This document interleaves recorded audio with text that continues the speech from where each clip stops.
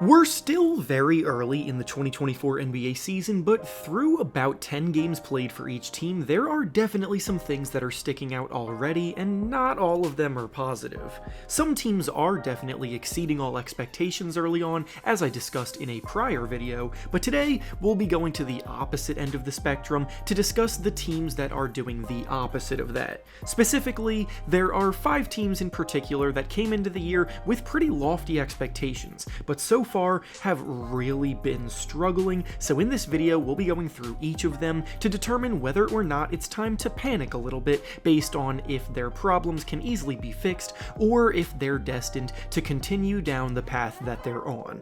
Before we start though, it turns out a good amount of you watching right now aren't even subscribed to the channel, so if you enjoy the content, consider hitting the subscribe button, as not only does it help out a ton, but I'd also very much appreciate it. Now with that being said, let's begin. The first struggling team we'll be discussing today is the Los Angeles Clippers, and they do find themselves in the time to panic category. The Clippers' season started off going relatively well, but there is a very specific point in time that you can pinpoint the moment things started to go south, and I'd be willing to bet that all of you know exactly what I'm talking about. The Clippers won 3 of their first 5 games this season, boasting really good numbers offensively, looking pretty cohesive, with Russell Westbrook running point, and Paul George and Kawhi Leonard getting comfortable leading the way for them again. Then the team decided to trade for James Harden to form an all-star team that would be really scary in the year 2017, but unfortunately the year is now 2023, and there's been nothing but dysfunction ever since. The Clippers have lost all 5 games they've played after the trade. Their offense has completely fallen off a cliff, ranking as the 3rd worst in the NBA in the time since the trade happened, and in most of those 5 games, their worst minutes came with James Harden on the court. His ball-dominant playstyle was always going to clash with Russell Westbrook. It's now become harder for Kawhi Leonard and Paul George to find a rhythm, with the offense stagnating so much, and the chemistry and cohesion are a long way off from where they want it to be.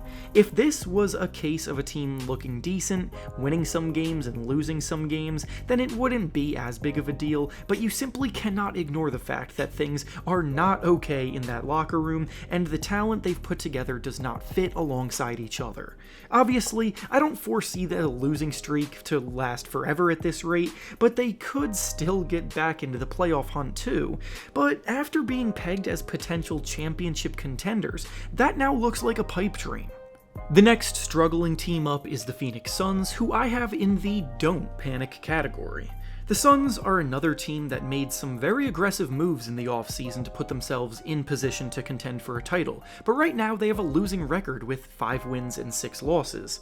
Not exactly the start that you would expect from a juggernaut, but the reason why I'm far less worried about them in the long run than others I'll be discussing in this video is because their struggles are largely health-related. Both Devin Booker and Bradley Beal have missed most of the team's games to this point, having each played in just 3 games so far. The Suns built a team that's pretty top-heavy with star talent, but not necessarily very deep, so obviously if they're playing without 2 of their best players, it's going to be a lot more difficult to perform at a high level on a nightly basis. Booker just returned to the court in their last game against a red-hot Minnesota Timberwolves team, and in that game, both he and Kevin Durant dropped 31 points in a blowout win to make a statement that they're still a team to be feared at their best. There's going to be a period where all 3 of Durant, Booker, and Beal will be figuring out how to play together out there because they haven't really had the opportunity yet to do that, but in the long run, they should be fine. The fact that they've still been a top 10 offense while dealing with these injuries tells me they could be as good as anybody on that end at full strength, and that's a scary thought for the Western Conference. The next struggling team up is the New Orleans Pelicans, who I do have in the panic category. Just like the Suns, the Pelicans are a team that have been hit hard by the injury bug. CJ McCollum suffered a collapsed lung last week that will likely hold him out for a few more weeks. Trey Murphy hasn't played a single game yet and will probably be out for over a month more before he comes back. Jose Alvarado hasn't played a game yet and is probably going to miss at least another week of action, and all in all, there's a weird energy floating over the Pelicans right now.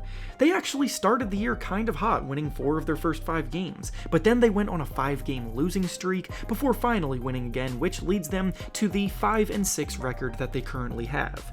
What makes them different from the Suns, though, is that they don't have the true superstar talent that the Suns have to bank on, and their best 2 players are both causing some concern for different reasons.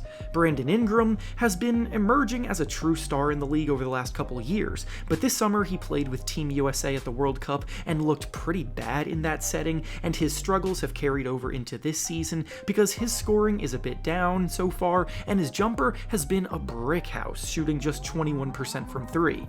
They need Ingram at his absolute best to be able to stay afloat amidst all of these injuries, and he just has not been.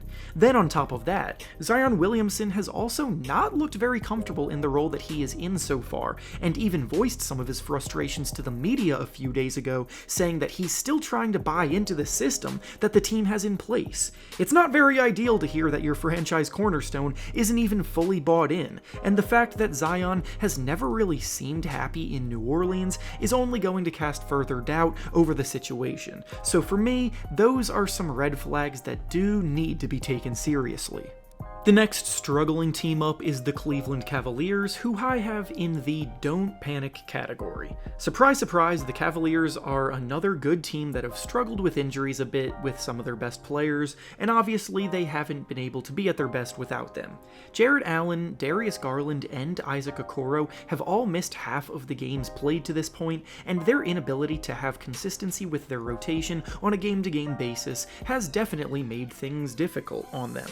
But while I do have them in the don't panic category, I will add a caveat to this. The Cavaliers' success last season was built around their defense being the top-ranked defense in the entire NBA, but this year they only rank 16th on that end, which is a far cry from that. Even in the games that Jarrett Allen has been back playing, they've been a middle-of-the-pack defense in those games, which just is not good enough.